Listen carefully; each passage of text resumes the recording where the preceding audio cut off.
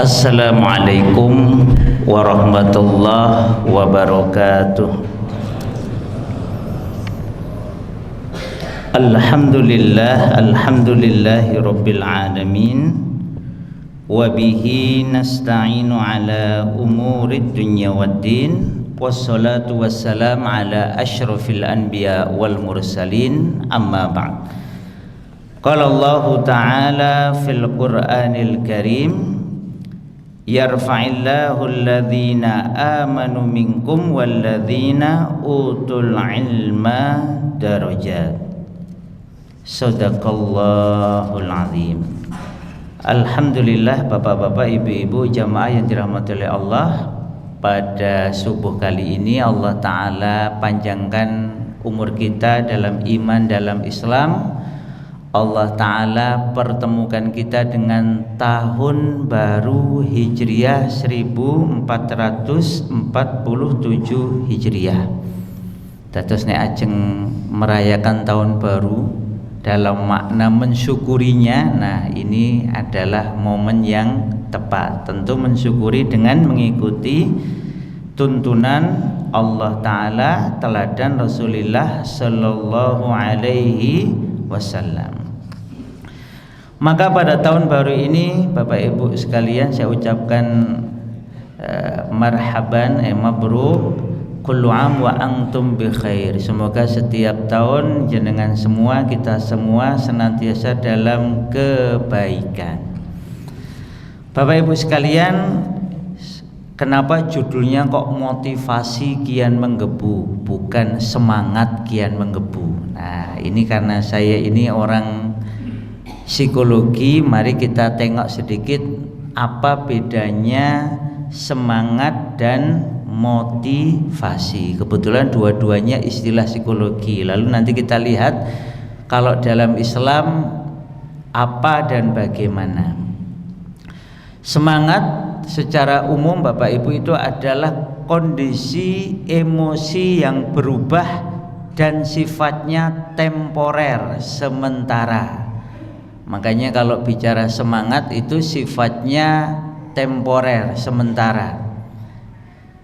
Maka istilah semangat itu biasanya kondisi yang sifatnya kaitannya nggih itu dengan emosi. Umaminipun jenengan menemukan menemukan sesuatu yang jenengan sukai, maka kemudian jenengan bersemangat untuk melakukan sesuatu karena jenengan menyukainya. Tetapi begitu kesukaan itu sudah terpenuhi, ya sudah. Contohnya makan es krim. Wah, ada anak seneng es krim. Kira-kira anak suka makan es krim itu kuatnya berapa? Napa ngeten niki? Berapa mangkok, berapa es ngoten nggih? Sekali enak mboten? Enak. Tapi di saat yang sama dibelikan yang kedua, enak mboten? Mungkin masih enak, tapi rasa enaknya mulai berkurang. Yang ketiga, wis enak. Yang keempat mungkin enggak lagi menghabiskan. Maka semangat ini erat kaitannya dengan kondisi emosi yang sifatnya itu sementara dan terbatas. Sedangkan motivasi dari kata, ada dua pendapat. Pertama dari kata motivere, atau juga ada yang bilang dari kata motif itu sendiri. Jadi kalau motivere itu berkaitan, motivere itu berkaitan dengan alasan. Sedangkan movere itu berkaitan dengan gerak. Jadi kalau disebut motivasi, dari kata motivation itu berasal dari kata pertama adalah motivere, motif. Nanti kita ngambilnya motif, yaitu alasan. Umpaminipun, kenapa kok jenengan ini datang ke Masjid Al-Aman untuk sholat subuh? Maka sholat subuhnya ini kenapa? Apa alasan jenengan ikut sholat subuh di Masjid Al-Aman? Nah, itu namanya motif. Nanti kita gali lebih dalam. Kemudian pendapat yang kedua dari kata mufri, menggerakkan, maka disebut motivation itu adalah sesuatu yang menggerakkan. Nah, yang menggerakkan itu kan bisa macam-macam. Oleh karena itu, istilah motivation atau motivasi itu istilah yang banyak dipakai baik dalam pendidikan maupun dalam pengembangan sumber daya manusia.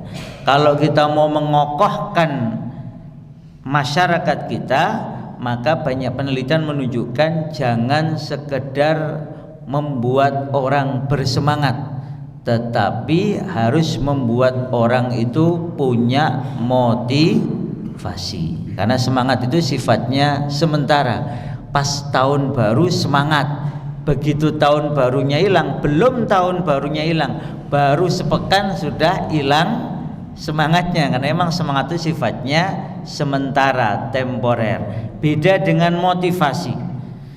Oleh karena itu, sesuatu yang menggerakkan manusia itu banyak sekali penelitiannya. Sampai ada seorang profesor di psikologi UGM, beliau sekarang seingat saya menjadi ketua Ikatan Psikolog Muslim Internasional. Itu pernah menulis buku tentang motivasi dalam Islam. Beliau paparkan salah satunya adalah berbagai teori-teori orang psikologi tentang motivasi. Ternyata banyak banget. Nah, saya tidak akan berpanjang teori dan kata-kata dengan itu semua, tapi Bapak Ibu mari kita lihat motivasi ini dari kacamata riset, kacamata penelitian dan petanya, sehingga nanti kita bisa memanfaatkannya untuk amal soleh kita. Karena pada dasarnya al-ilmu minallah wa ilallah. Ilmu itu adalah dari Allah dan harus kita kembalikan kepada Allah. Maka sesuatu itu boleh kita ambil dari luar, umpamanya penelitian psikologi itu banyak dari non-muslim, tetapi kita mengambilnya dengan dua syarat, kata Prof. Hasan Langgulung. Pertama adalah kita ambil yang sesuai dengan Islam, berarti yang tidak sesuai kita tolak. Kemudian yang kedua, yang sesuai dengan Islam itu pun kita jadikan makmum. Tadi seperti Ustadz Sus itu imamnya, kita makmumnya. Maka imam mengikuti makmum, napa makmum mengikuti imam? Imam mengikuti makmum, napa makmum mengikuti imam? Makmum mengikuti imam. Berarti kalau ada teori psikologi atau teori yang lainnya itu ikut Islam atau Islam ikut teori psikologi? Teori-teori itu ikut Islam atau Islam yang ikut psikologi, ikut teori-teori ilmiah? Mana yang benar, Pak? Berarti yang dari psikologi, yang dari riset-riset itu harus mengikuti Islam. Tidak boleh Islam kok dikalahkan, disuruh ngikuti, disuruh nyetempeli, itu enggak boleh. Sehingga sesuatu itu harus diukur dengan standar atau miqyasnya itu adalah Islam. Nah, Bapak Ibu sekalian, oleh karena itu kalau kita bicara sesuatu khususnya mumpunipun teori-teori psikologi, kita juga harus bicara dari sudut pandang penelitian. Pertama, apakah itu ilmiah, ada basis risetnya, penelitiannya atau tidak. Yang kedua, setelah itu dia harus ditimbang dengan Islam. Mengapa kok tahun baru motivasi kian menggebu? Nah, mari kita lihat Bapak Ibu, orang melakukan sesuatu termasuk menyambut tahun baru, kemudian mengisinya dengan apa dan seterusnya, itu secara umum terbagi menjadi tiga jenis motivasi. Kan tadi motivasi adalah proses atau dari kata motif, alasan. Maka motivasi adalah proses untuk mendapatkan alasan. Maka motivasi yang jenis pertama itu disebut motivasi dari luar. Orang melakukan sesuatu karena adanya hal dari luar yang mendorong dia melakukannya. Umpaminipun ada anak mau belajar karena kalau dia belajar nanti dia bisa mengerjakan soal. Kalau dia bisa mengerjakan soal, lalu dia akan mendapatkan hadiah. Itu mboten sing ngoten niku. Ada anak kalau dia belajar lalu dia bisa mengerjakan, maka dia akan dapat hadiah. Ada orang kalau bertanya, Bapak Ibu siapa yang bertanya nanti dapat door prize. Maka lalu ada orang yang angkat tangan bertanya karena pengen dapat door prize. Nah, ini adalah jenis pertama, namanya external motivation, motivasi dari luar. Para ulama kita, termasuk tadi saya sebut Prof. Hasan Langgulung karena beliau ini mendalami cukup baik dari segi Islam maupun dari segi psikologi. Beliau S2 waktu di Ain Syam Mesir, beliau mendalami bagaimana konsep Islam, dan kemudian S3-nya beliau teruskan di Amerika Serikat untuk mendalami psikologi lebih dalam. Beliau mengatakan bahwa kenyataannya di dalam Islam ini juga ada orang-orang yang melakukan sesuatu karena sesuatu dari luar. Ya tadi itu, orang bekerja. Kenapa orang bekerja? Karena pengen dapat gaji.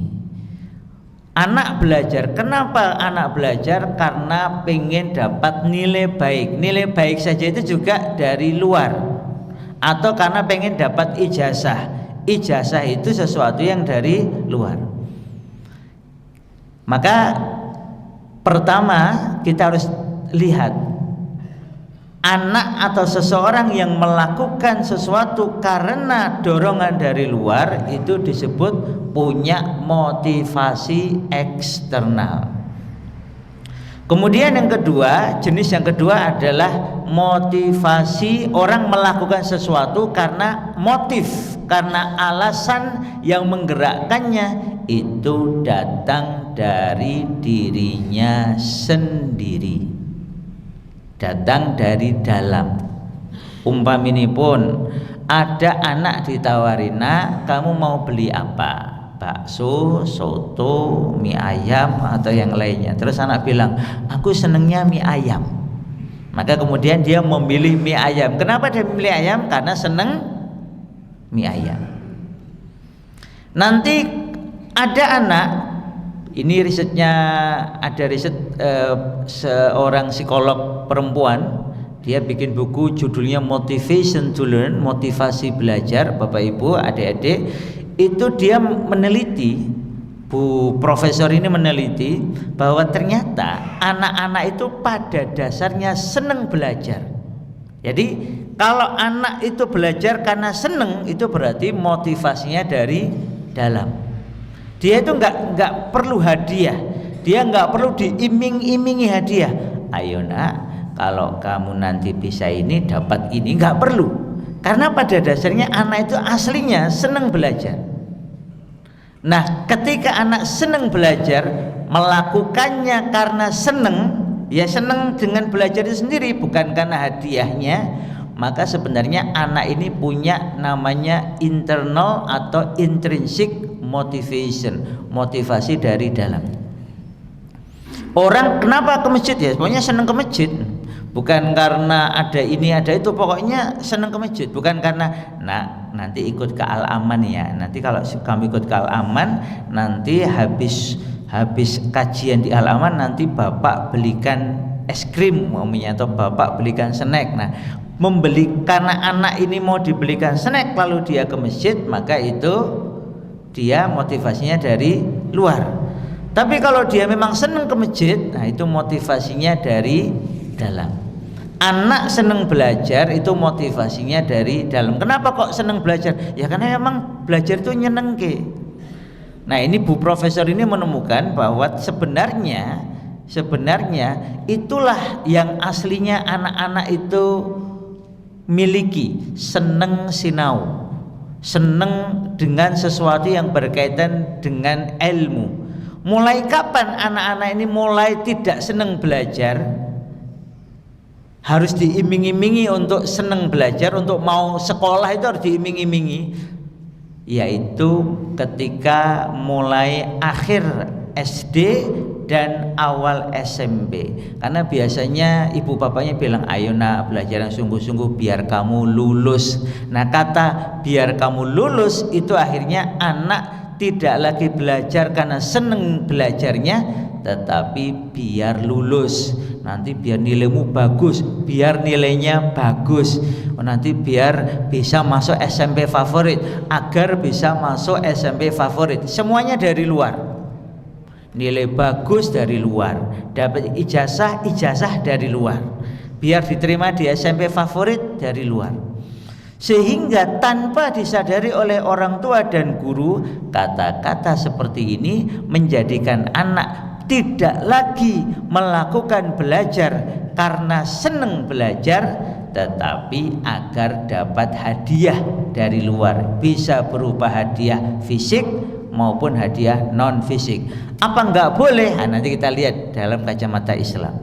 Tetapi menjadikan anak, menurut penelitian menjadikan anak atau seseorang itu tidak lagi menjadi kokoh, karena akhirnya dia melakukan sesuatu bukan karena sesuatu itu sendiri, tetapi karena pengen dapat hadiah atau sesuatu yang tidak berkaitan dengan amal itu sendiri.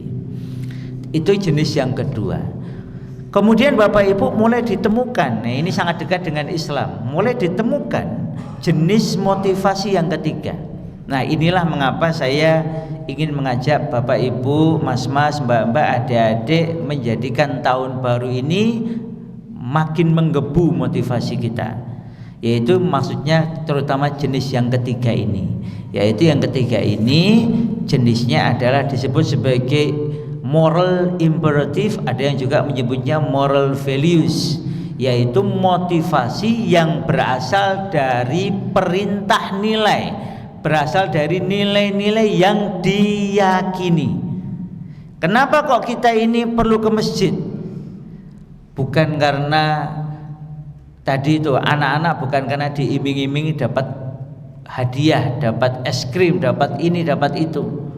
Bukan karena, bahkan bukan karena seneng itu sendiri, bukan karena seneng nih masjid, wah nih masjid Al-Aman tuh enak, AC-nya adem, karpetnya empuk, terus apa nih tempatnya luas, kajiannya umumnya ustadznya terkenal, saya pernah dengar kayak gitu. Sudah gitu dapat snack lagi. Itu bukan hanya karena itu, tetapi karena nilai-nilai yang kita yakini. Oh, kalau sholat di masjid itu berjamaah itu pahalanya berlipat ganda. Langkah kaki ke masjid, setiap satu langkah itu bikulli khutwah menaikkan derajat kemuliaan, mengurangi dosa, menambah kebaikan dan lain sebagainya. Oh, kalau kita berjamaah itu pahalanya 25 derajat atau 27 derajat lebih banyak daripada sholat sendirian. Jadi nilai-nilai yang kita yakini. Nah, oleh karena itu Bapak Ibu sekalian, berkaitan dengan motivasi ini, ingatlah kita dengan dua hadis. Ya, banyak tapi saya ingatkan dengan dua hadis sahih. Yang pertama ini sangat populer, yaitu erat kaitannya dengan istilah niat. Oke, pun hafal nggih? Biasanya Bapak Ibu hafal nggih? Adik-adik ini biasanya punya hafalan hadis dari hadis ini. Riwayat Bukhari Muslim, Rasulullah sallallahu alaihi wasallam bersabda, innamal a'malu binniyat wa innama likulli imri'in ma nawa. Faman kanat hijratuhu ilallahi wa rasulih fahijratuhu ilallahi wa rasulih wa man kanat hijratuhu lidunya yusibuha au imra'atin yankihuha fahijratuhu ila ma hajaru ilaih. Jadi sesungguhnya tiap amal itu hanyalah tergantung dengan niatnya. Kalau orang itu beramal karena Allah dan Rasulnya, maka dia akan mendapatkan Allah dan Rasulnya. Dalam hadis ini dicontohkan adalah hijrah. Orang berhijrah, orang pindah tempat. Salah satunya waktu zaman Rasul dari Mekah ke Madinah, itu dalam rangka mencari ridha Allah, maka dia akan mendapatkan ridha Allah. Tapi ada orang yang beramal itu untuk dunia, maka dia akan mendapatkan dunia. Mungkin dia mendapatkan yang dicarinya, tetapi sesuai yang dicarinya. Atau karena pengen dapat jodoh, maka dia akan mendapatkan sesuai yang diniatkannya, tetapi tidak mendapatkan akhirat. Ada sebagian ulama menerangkan bahwa hadis ini berkaitan dengan seorang yang berhijrah ke Madinah karena wanita yang dicintainya juga ikut hijrah. Jadi hijrahnya itu laisa ilallah, bukan kepada Allah, tetapi golek tadi itu, pengen menikahi wanita ini, dan kemudian dia berhasil menikahinya. Keberhasilan si lelaki menikahi wanita itu, ya dia berarti mendapatkan apa yang diniatkannya, tetapi dia tidak mendapatkan ridhonya Allah. Maka bapak-bapak, ibu-ibu, jamaah sekalian, dari sini kita mengetahui bahwa kalau kita bicara niat yang diterima oleh Allah adalah niat yang semata-mata karena Allah, bukan karena selain Allah. Bahkan ketika niat itu diterima, maka kalau kita bicara tadi tentang motivasi, kalau yang menggerakkan kita itu adalah hadiah dari luar, umpamanya sekolah ya biar biar dapat nilai bagus, kerja biar dapat gaji. Mungkin benar dia dapat nilai bagus, dapat ijazah, yang kerja mungkin benar dapat gaji. Tetapi pertanyaannya, etok ganjaran mboten niku? Dapat pahala tidak itu? Jadi kalau ada anak belajar sekolah itu karena nilainya, karena ijazahnya, orang bekerja itu kemudian karena cari gaji, dapat pahala tidak? Dapat pahala mboten niku nek ngoten niku? Nah, niatnya apa? Kalau niatnya pengen dapat gaji, tapi dapat pahala mboten? Bagaimana agar mendapatkan pahala? Maka niatkan bekerja karena Allah. Bahwa urusan muamalah itu ya dia digaji ya memang harus ditunaikan, tetapi niatkan kerjanya karena Allah, niatkan belajarnya karena Allah. Bahwa konsekuensinya wong sinau kok belajar, kuliah karena Allah, sekolah karena Allah, ya tenanan, karena yakin akan dapat pahala dari Allah, hadiah dari Allah, ajrun minallah. Maka kemudian dia sungguh-sungguh. Maka sama, ketika kita menyambut tahun baru, maka niatkan ini dalam rangka, wah ini tahun baru Hijriah, beda dengan tahun baru Masehi. Maka mari kita melakukannya sungguh-sungguh, menyambutnya karena Allah. Karena Allah yang mengistimewakan bulan Muharram. Nanti saya bacakan hadisnya. Jadi kalau kita memuliakan bulan Muharram karena Allah, maka cara memuliakannya juga mengikuti caranya Allah, mengikuti teladan dari Rasulullah Sallallahu Alaihi Wasallam. Sama kalau kita mendorong anak-anak kita, santri-santri kita, siswa-siswi kita untuk belajar, doronglah dia bukan dengan iming-iming hadiah. Ayo nak, nanti biar nilaimu bagus. Ayo nak, nanti biar kamu lulus. Ayo nak, biar nanti kamu dapat ijazah. Ayo nak, biar nanti kamu bisa keterima di sekolah favorit selanjutnya. Mboten. Tetapi yang kita tanamkan, nak, Allah nak yang memerintahkan untuk belajar. Thalabul ilmi fariidhatun ala kulli muslim, kata Rasulullah. Menuntut ilmu itu hukumnya wajib. Kalau kamu melaksanakan yang wajib, ada pahalanya enggak? Ada. Maka menuntut ilmulah, belajarlah karena Allah, kamu dapat pahala.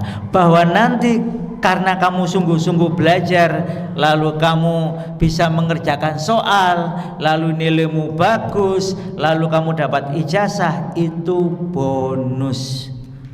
tetapi belajarlah karena Allah. Begitu pula kalau bapak-bapak bekerja sungguh-sungguh, Allah Maha melihat. Kalau kita bekerja sungguh-sungguh, dapat pahala enggak dari Allah? Dapat. Kenapa? Karena kita amanah dengan pekerjaan kita. Kita jujur dengan pekerjaan kita. Diminta masuk jam 8 masuk. Pulang minimal jam umumnya sampai jam kerja sampai jam 16 baru pulang. Betul-betul mengerjakan. Kenapa? Karena ini amanah. Melaksanakan amanah itu perintah Allah. Bahwa kemudian digaji yaitu bagian dari kesepakatan bermuamalah dengan orang lain. Tetapi bekerjalah karena Allah, tepatilah janji sebagai karyawan karena Allah. Begitu juga kalau jenengan bisnis, menjenengan menjual, memang produknya benar-benar dikerjakan dengan sebaik-baiknya. Kenapa? Karena menjual produk yang halal, produk yang baik itu bagian dari amanah, dan melaksanakan amanah sebagai penjual itu bagian dari ketaatan kepada Allah. Maka Rasulullah SAW itu dianggap Masya Allah penjual yang luar biasa. Beliau itu diceritakan oleh pembantunya Ibunda Khadijah waktu belum menikah, Muhammad ini terkenal sekali waktu belum jadi nabi ya, ini orang yang sangat jujur, orang yang sangat amanah. Kalau beliau menjual, beliau dari harga dasar itu dicari keuntungan yang sedikit, yang tidak memberatkan para pembeli. Maka begitu beliau datang, biasanya jualannya langsung laris manis. Kenapa? Karena beliau tidak mengambil untung banyak-banyak. Beli 5.000 mamanya harga dasar, dijual 25.000. Itu ya mungkin tetap ada yang beli, tapi ya keterlaluan. Masuk ngambil untungnya kok banyak banget. Kalau Rasul tidak begitu mengajarkannya. Untungnya sedikit tetapi banyak sehingga tidak memberatkan pembelinya. Nah, cara berdagang seperti ini itu dicontohkan oleh Rasulullah Sallallahu Alaihi Wasallam, sehingga sebagai pembeli memudahkan penjual, sehingga penjualnya juga memudahkan jualannya dan lain sebagainya. Jadi ada kerjasama. Penjualnya mudah menjual, tidak mengambil banyak keuntungan. Pembelinya juga kalau nawar jangan zalim. Di harganya berapa? 10.000, lah kemahalan 2.000 ya. Itu kan ya menawar yang sungguh terlalu. Kenapa? Karena kita melakukannya dalam rangka pengen meraih ridha Allah. Maka Bapak Ibu sekalian, jamaah sekalian, tahun baru Hijriah ini marilah kita sambut dengan meyakini keutamaannya berdasarkan perintah Allah dan Rasulnya.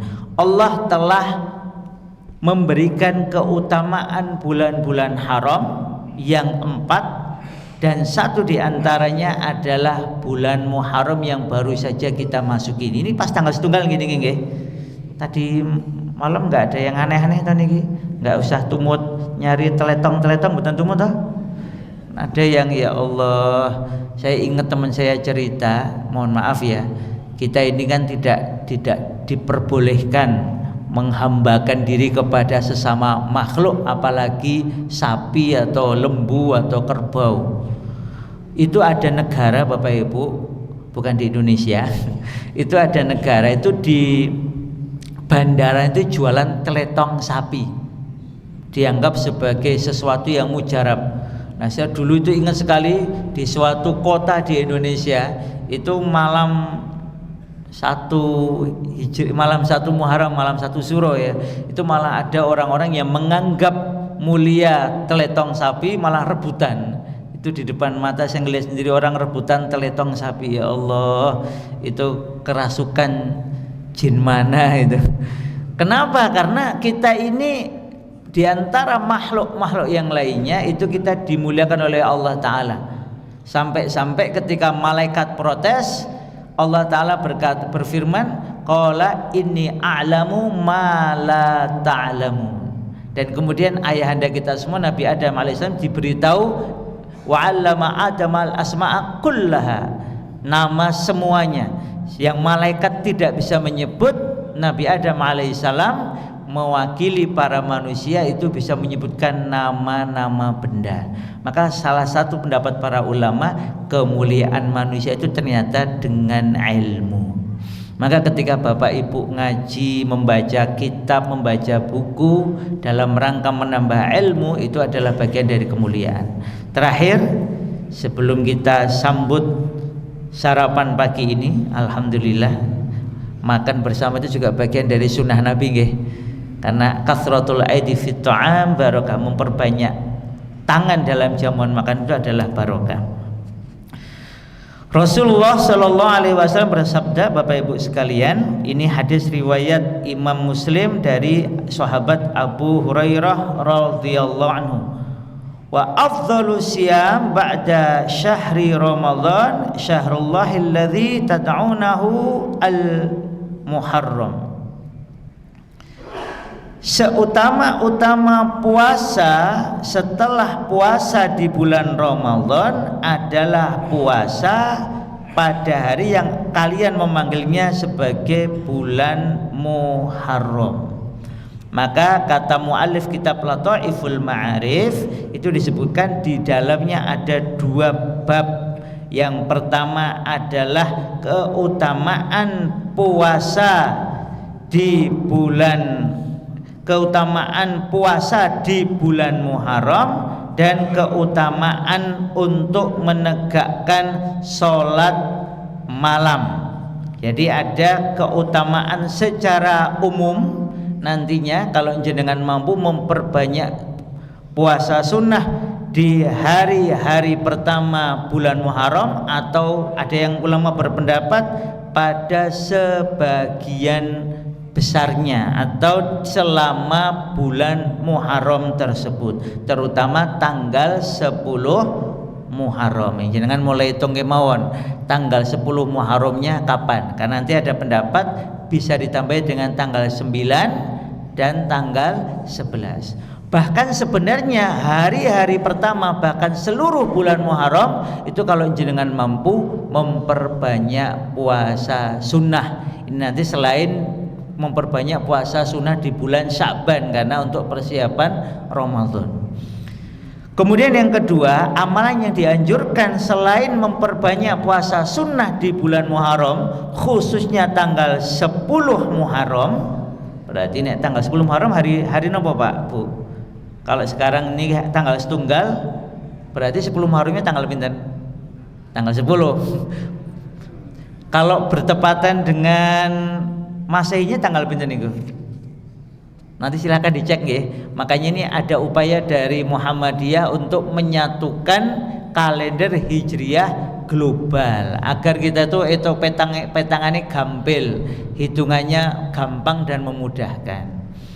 Kemudian yang amalan yang kedua secara khusus di bulan Muharram ini Bapak Ibu sekalian, karena ada gandengan wa afdhalu shalah ba'dal fardhah qiyamul lail, dan seutama-utama sholat setelah sholat wajib 5 waktu adalah sholat malam. Sholat malam itu yang paling utama sepertiga malam. Tapi kalau tidak mampu sepertiga malam, pokoknya ba'da isya sampai sebelum subuh silahkan sholat malam. Nah terus nanti umum ini pun nanti malam kok jenengan tuh wah kalau bangun jam 3 kok agak susah, setengah 4 agak berat, maka jenengan bisa melakukan sholat malam seperti waktu bulan Ramadan, yaitu ba'da isya jenengan zikir, setelah itu bisa sholat beberapa rakaat, nanti sebelum tidur 1 witir, 1 rakaat mawon witir. Nanti kalau bisa bangun jam 2, jam 3 atau setengah 4 boleh nambah sholat lagi tanpa perlu witir kembali. Kenapa? Karena setelah bicara tentang keutamaan puasa di bulan Muharram, Rasulullah mengingatkan tentang sebaik-baik sholat sunnah itu adalah sholat sunnah malam, qiyamul lail. Maka bapak-bapak, ibu-ibu, mari manfaatkan tahun baru Hijrah ini dengan pertama memperbanyak puasa sunnah, khususnya nanti kita usahakan insya Allah puasa tanggal 10 Muharram bahkan kalau mampu 9-nya yang puasa, 11-nya juga berpuasa. Kemudian yang kedua, mari mulai malam nanti, kalau yang tadi malam kok pun kelewatan dari yang sholat malam, mulai malam nanti ayo kita biasakan raketang 1 rakaat atau 2 rakaat atau lebih. Mari kita biasakan untuk sholat qiyamul lail.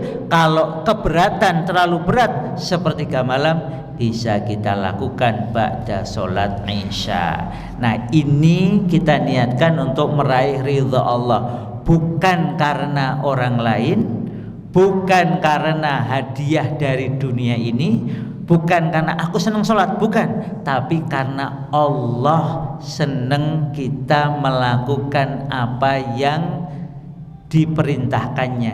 Kita melakukannya karena kita ingin dicintai oleh Allah Ta'ala. Demikian Bapak-bapak, Ibu-ibu, semoga yang sedikit ini bermanfaat. Maka sekali lagi, tahun baru ini mari kita kuatkan motivasi kita, niat kita. Nanti ada istilah lain di kalangan para ulama namanya himmah. Himmah itu ambisi kepada akhirat, himmah aliyah, jangan himmah daniyah, jangan himmah ambisinya kepada dunia, tapi himmah aliyah, himmah yang tinggi untuk meraih surganya Allah, keridhaan Allah Ta'ala.